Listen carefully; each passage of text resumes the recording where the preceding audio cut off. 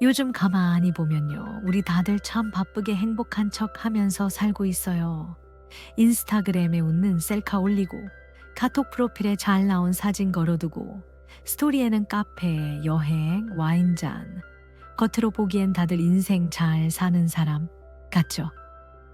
그런데 여러분 솔직히 말해봐요. 그 화면 꺼지고, 집에 불 끄고, 침대에 누웠을 때, 그때도 진짜 마음이 편안하고 행복해요? 아니면 이유도 없이 허전하고 가슴 한쪽이 콕콕 비어 있는 느낌이 들어요? 어느 날 한 남자에게 이런 질문을 했대요. 지금 행복하세요? 그 사람이 환하게 웃으면서 말했대요. 그럼요. 제 인생 완전 잘 나가요. 좋은 회사, 연봉, 차, 집 다 있어요. 그런데 밤에 혼자 집에 들어와서 양복 벗고 시계를 풀고 소파에 푹 주저앉는 순간 갑자기 눈물이 또르륵 떨어지는 거예요. 겉으로는 완벽한데 속은 텅 빈 거죠. 여러분도 그런 적 있지 않나요?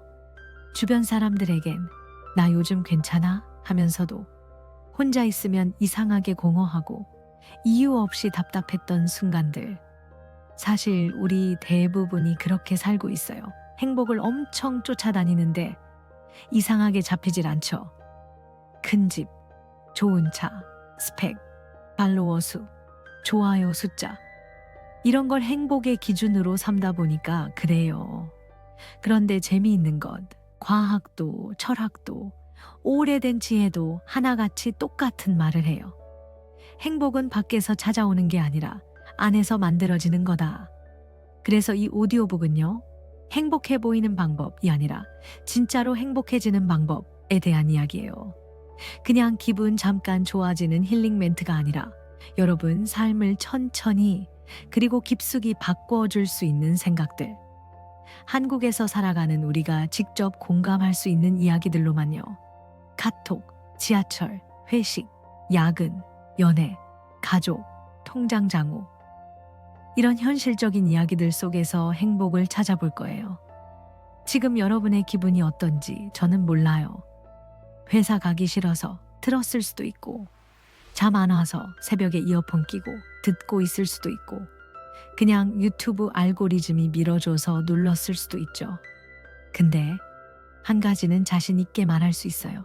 이 오디오북을 끝까지 다 듣고 나면 최소한 행복에 대한 여러분의 시선은 확실히 달라져 있을 거예요. 자, 시작하기 전에 하나만 물어볼게요. 여러분, 나 진짜 좀 더 행복해지고 싶다. 이런 마음 진짜 있어요? 있다면 지금 댓글에 살짝 다짐 한번 적어볼까요? 나도 행복 배워볼래요. 라고. 그 작은 행동 하나가 오늘 이 시간을 그냥 흘려보낼지 아니면 인생의 전환점으로 만들지 그 차이를 만들어 줄 수도 있어요. 좋아요. 그럼 이제 본격적으로 이야기를 시작해 볼게요. 이어폰 있으신 분들은 이어폰 꼭 끼고 들어보세요. 주변 소음 잠깐 끄고 이 시간만큼은 나 자신을 위한 시간으로 만들어 봐요. 여러분, 우리는 보통 행복을 도착지처럼 생각하죠. 승진하면 행복할 거야. 연봉 얼마 넘으면 행복할 거야. 결혼하면, 집 사면, 빚 갚으면 늘 언젠가를 붙여요. 근데 그 언젠가가 진짜 오면 어떨까요? 잠깐 좋긴 한데 또 금방 다음 목표가 생기고 다시 불안해지죠. 그러면 묻게 돼요. 도대체 진짜 행복은 어디 있는 거야? 행복은요, 어떤 거창한 도착지가 아니라 내가 지금 이 길을 어떻게 걸어가고 있는지에 더 가깝거든요. 서울에서 부산까지 KTX를 타든 무궁화호를 타든 자가용을 몰든 중요한 건 내가 그 시간 동안 어떤 마음으로 앉아 있는지예요. 창밖 풍경을 조금이라도 즐기고 있는지, 옆 사람과 나누는 한마디에 미소를 짓는지, 아니면 내내 불평하면서 핸드폰만 붙잡고 있는지. 우리는 행복의 리모컨을 계속 남에게 맡겨두고 살아요. 상사가 나한테 어떻게 하느냐, 애인이 답장을 빨리 하느냐, 친구들이 내 연락을 잘 받아주느냐, SNS에 올린 사진에 좋아요가 몇 개 달리느냐. 그런데 진짜 행복은요, 그 리모컨을 다시 내 손에 쥐는 순간부터 시작돼요. 오늘 하루 나는 어떤 마음으로 살지, 그건 내가 정한다. 이게 딱 자리 잡히는 순간 이상하게 인생이 덜 휘둘리기 시작해요. 제가 예전에 어느 스님 이야기를 들은 적이 있어요. 누가 물었대요. 스님은 왜 항상 그렇게 평온하고 웃고 계세요? 힘든 일이 하나도 없으신가요? 그랬더니 스님이 웃으면서 이렇게 말했대요. 저도 힘든 일 많아요.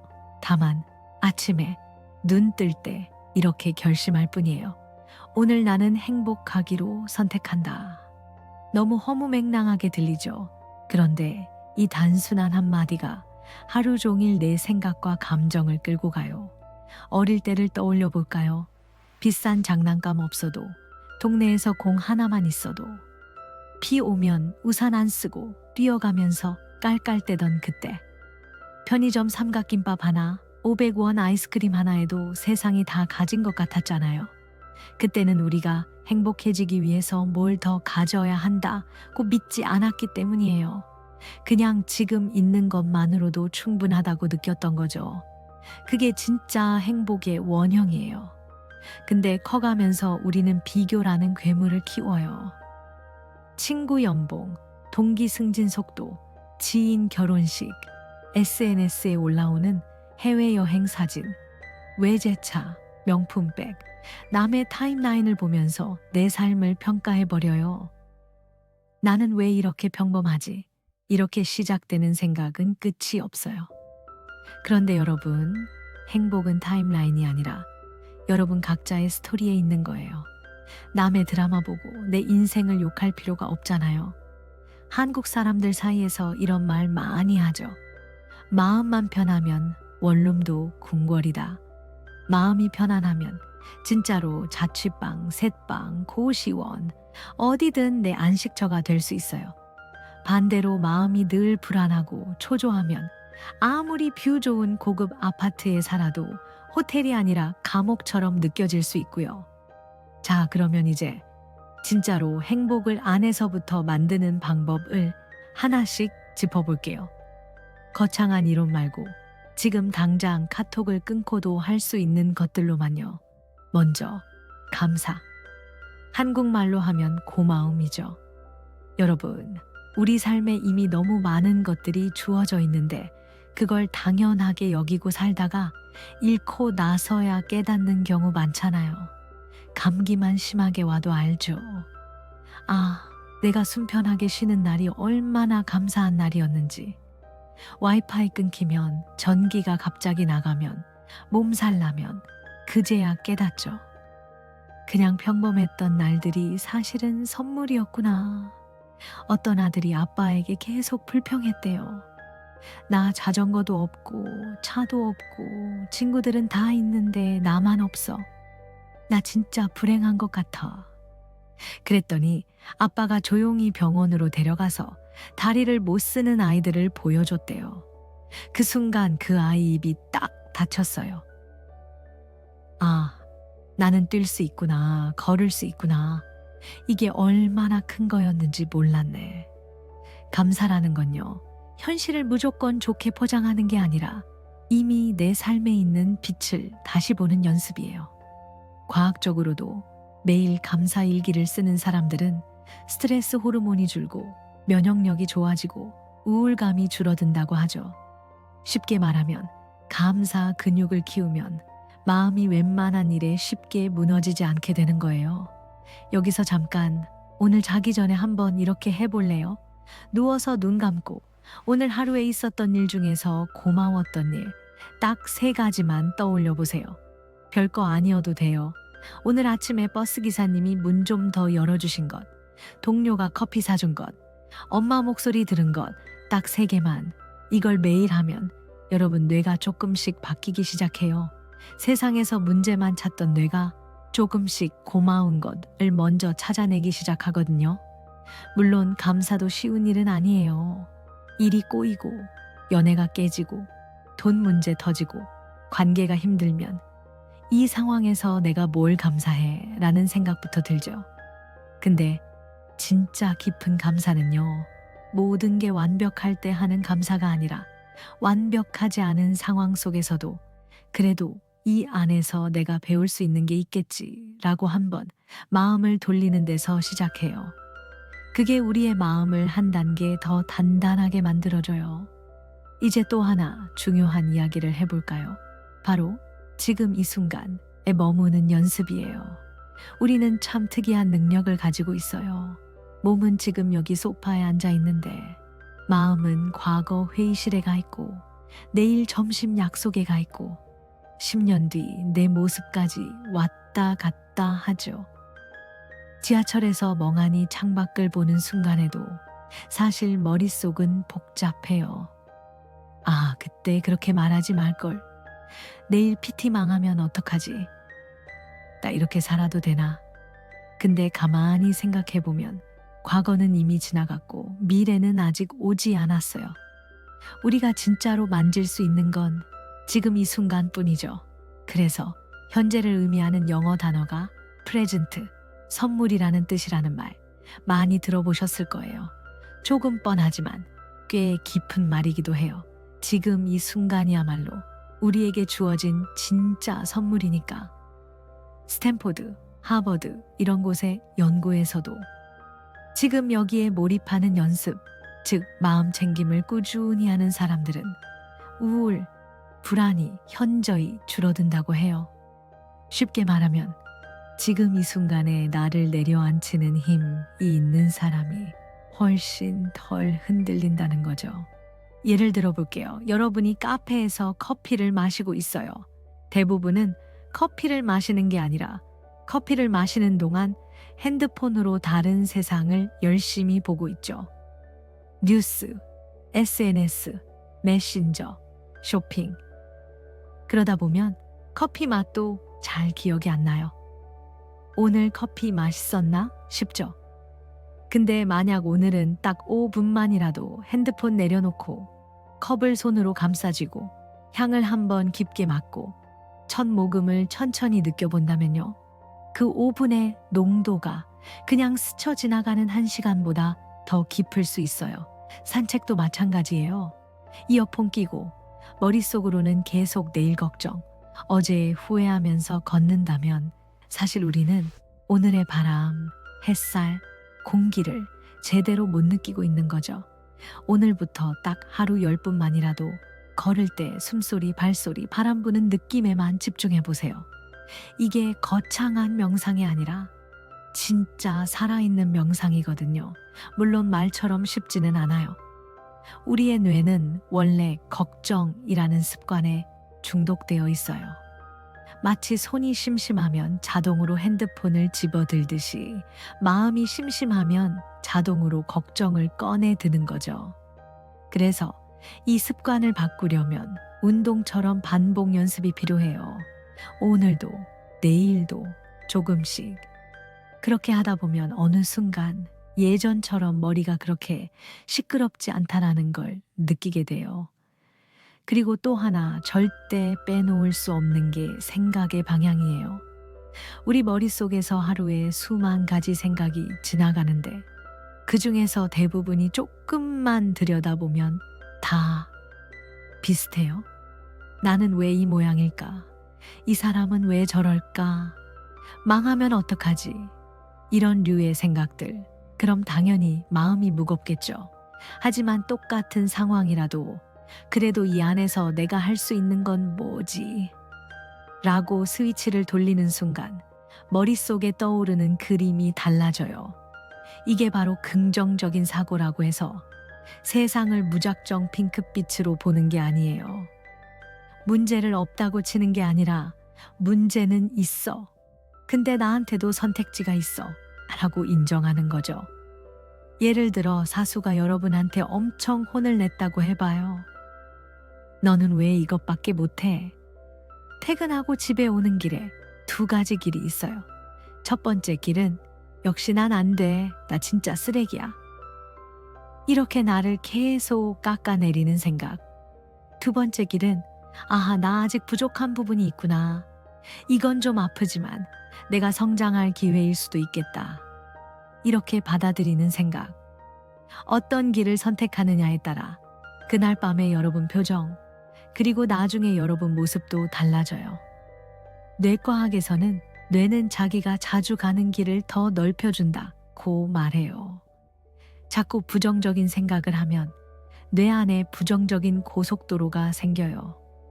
반대로 그래도 할 수 있는 게 있지, 그래도 고마운 부분이 있지 라는 생각을 반복하면 긍정의 길이 더 넓어지죠. 처음에는 억지 같지만 어느 순간 그게 자연스러운 내 방식이 돼요. 그리고 여러분, 진짜 중요한 건 관계예요. 아무리 돈 많이 벌고 좋은 직장 다니고 성공해도 돌아갈 사람이 없고 마음 편히 기대 쉴 사람이 없으면 그건 반쪽짜리 행복이에요. 회사에서 아무리 힘든 날도 집에 와서 오늘 조금만 안아줘 라고 말할 수 있는 사람이 있고, 친구에게 야, 나 오늘 너무 짜증나, 술 말고 그냥 수다 좀 떨자 라고 말할 수 있는 사람이 있다면 그 사람은 이미 부자인 거예요. 근데 우리는 사랑을 느끼면서도 표현을 잘 못해요. 부모님께 사랑해요 한마디 하는 것도 어색하고, 친구에게 야, 너 있어서 진짜 다행이다 이 말 한 번 제대로 못하죠. 그냥 마음속으로만 생각해요. 알겠지 뭐, 말 안 해도 느끼겠지. 근데 사람 마음은요, 생각보다 빨리 지치고 빨리 외로워져요. 그래서 사랑은 표현해줘야 살아요.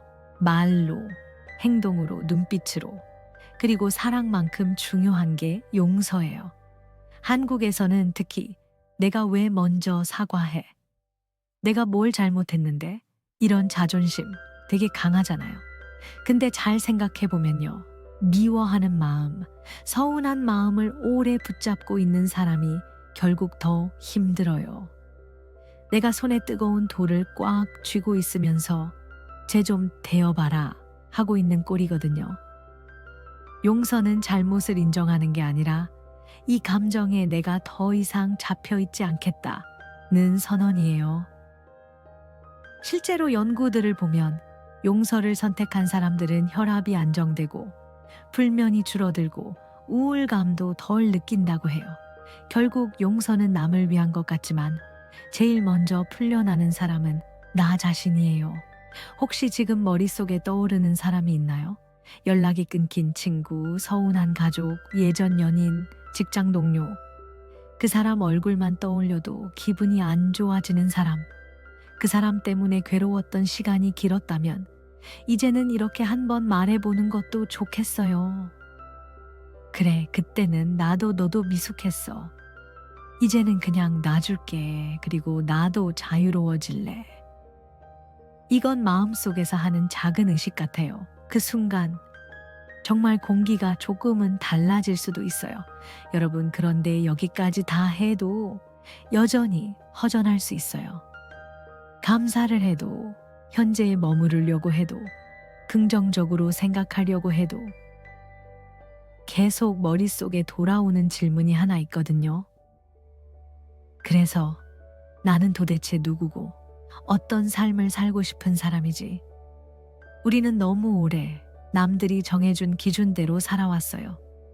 학교에서는 성적, 사회에서는 스펙, 회사에서는 실적, 집에서는 역할. 좋은 대학 가야지, 안정적인 직장 들어가야지, 결혼해야지, 집 사야지. 물론 다 중요할 수 있어요.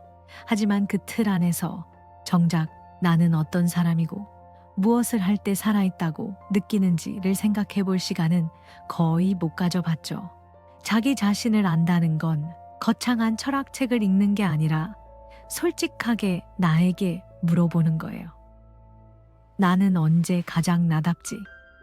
어떤 일을 할 때 시간이 금방 가버리지? 내가 가지고 있는 능력으로 누군가에게 어떤 도움을 줄 수 있지? 어떤 사람은 그림 그릴 때, 어떤 사람은 글을 쓸 때, 어떤 사람은 사람들 이야기를 들어줄 때, 어떤 사람은 숫자를 다룰 때, 어떤 사람은 요리할 때 기가 막히게 살아나요. 이건 남들이 정해줄 수 있는 게 아니에요. 여러분 안에서 느껴지는 작은 떨림, 설렘, 그게 여러분만의 부름, 즉 목적에 가까워요. 물론 현실을 무시할 수는 없죠. 돈도 벌어야 하고 책임도 있고 입에 풀칠도 해야 해요. 근데 그 안에서도 조금씩 나다운 것을 섞어갈 수 있어요. 회사 일만 하다가도 틈틈이 내가 좋아하는 걸 공부해 본다든가, 주말에 작은 프로젝트를 해본다든가, 내 재능을 누군가에게 나눠본다든가. 목적은 어느 날 번개처럼 딱 떨어지는 게 아니라 이런 작은 시도들 속에서 서서히 윤곽이 드러나요. 여러분, 저는 이렇게 믿어요. 진짜 행복은 내가 나답게 살아간다는 느낌이 있을 때 가장 크게 느껴진다고.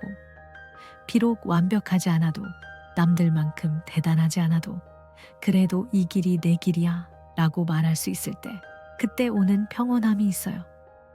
그건 인스타에 올릴 수 있는 화려한 사진은 아닐지 몰라도 밤에 불 끄고 누웠을 때 조용히 미소 짓게 해주는 그런 잔잔한 행복이에요. 자, 여기까지 함께 걸어왔네요. 감사, 현재, 생각의 방향, 관계, 용서, 그리고 나 자신과 목적까지. 여러분, 지금 솔직히 말해봐요. 처음 들을 때랑 지금이랑 마음 안쪽 어딘가가 조금은 달라진 것 같지 않나요? 완전 인생이 뒤집힌 건 아니어도, 아, 행복이란 게 이런 방향이구나 하고 감이 조금은 잡히지 않나요? 세상은 앞으로도 더 바빠질 거예요. SNS는 더 자극적으로 변할 거고, 비교할 대상은 더 늘어나겠죠. 경쟁은 치열해지고, 불안은 계속 우리를 건드릴 거예요. 그래서 더더욱 우리 안에 조용한 방 하나를 만들어야 해요. 누구도 건드릴 수 없는 내 마음 안의 작은 공간. 그 방 안에는 이런 것들이 있으면 좋겠어요. 고마움, 지금 여기, 괜찮아, 다시 해보자, 사랑해, 미안해, 그래도 나는 나 편이야. 이런 말들. 여러분, 행복은 절대 사치가 아니에요. 누군가 특별한 사람에게만 허락되는 것도 아니고요. 행복은 여러분이 태어날 때 이미 같이 받은 권리예요. 다만 우리가 바쁘게 살다 보니 잊고 지냈을 뿐. 그래서 오늘 이 시간을 빌려서 다시 한번 그 권리를 되찾았으면 좋겠어요. 이제 마지막으로 제가 여러분께 조용히 제안 하나만 해볼게요. 오늘 이 오디오북을 다 듣고 나면 그냥 끄고 다른 영상으로 넘어가지 말고 진짜로 조용한 곳에서 1분만이라도 눈을 감고 이렇게 다짐해보는 거예요. 나는 앞으로 내 삶을 조금 더 고마움으로, 조금 더 사랑으로, 조금 더 나다움으로 채워갈 거야. 완벽하지 않아도 괜찮아. 나는 행복을 선택할 수 있는 사람이다. 자, 이제 제가 여러분께 진짜로 묻겠습니다. 여러분, 앞으로 항상 행복하기 위해 노력해 보겠다는 마음 있으세요? 있다면 지금 댓글에 이렇게 적어주세요. 나는 오늘 행복을 선택합니다. 그 한 줄이 여러분과 저 사이의 작은 약속이 될 거예요. 여기까지 함께 와주셔서 진심으로 고마워요. 이런 오디오북 하나 만드는데 생각보다 정말 많은 시간과 에너지, 마음이 들어가요. 대본 쓰고, 책 읽고, 공부하고, 녹음하고, 편집하고, 혼자 방에서 마이크 앞에 앉아 있지만 저는 늘 상상해요. 저 멀리 출근길 지하철에서, 야근 끝나고 침대에서 새벽에 이어폰 끼고 이 목소리를 듣고 있을 여러분을요. 그래서 더 잘 해주고 싶은 마음이 들어요. 만약 오늘 이 시간이 여러분 마음에 조금이라도 위로가 되었다면, 힘이 되었다면, 잊지 말고 좋아요 한번, 댓글 한 줄, 그리고 꼭 주변에 한 사람에게만이라도 공유해 주세요. 야, 이거 한번 들어봐. 생각보다 괜찮다? 이렇게요. 그 한 번의 공유가 또 다른 누군가의 마음을 살짝 들어 올려줄 수 있으니까요. 그리고 혹시 아직 저희 세컨드 채널 북닷컴을 모르는 분들이 있다면 그 채널도 한번 들러보세요. 거기서는 여러분의 마음의 행복뿐만 아니라 통장의 행복을 위해서 재테크, 돈 관리, 금융 공부에 대한 이야기들을 올리고 있어요. 마음과 돈 두 가지가 같이 건강해지면 인생의 안정감이 훨씬 커지거든요. 링크는 설명란에 적어둘게요. 여러분, 오늘도 수고 많았어요. 여기까지 온 것만으로도 여러분은 이미 자기 삶을 바꾸기 위해 한 걸음 내디딘 거예요. 저는 그 한 걸음이 얼마나 용기 있는 일인지 알아요. 그러니까 부디 자기 자신을 조금 더 따뜻하게 대해주세요. 거울 속에 나를 볼 때 왜 이것밖에 못해 라는 말 대신 그래도 여기까지 오느라 수고했다 라고 한 번만 말해보세요. 그 한마디가 내 안에 작은 아이를 꼭 안아주는 말이 될 거예요. 이제 저는 여기서 인사드릴게요. 여러분, 오늘도 행복을 기다리는 하루가 아니라 행복을 선택하는 하루로 만들어 봐요. 그리고 꼭 기억하세요. 당신은 행복해질 자격이 충분히 있는 사람이라는 거. 그리고 언젠가 누군가가 이렇게 말해줬으면 좋겠어요. 너처럼 웃는 사람 나는 처음 봐. 그날까지 우리 같이 연습해요. 들어줘서 고마워요. 우리 다음 오디오북에서 또 만나요.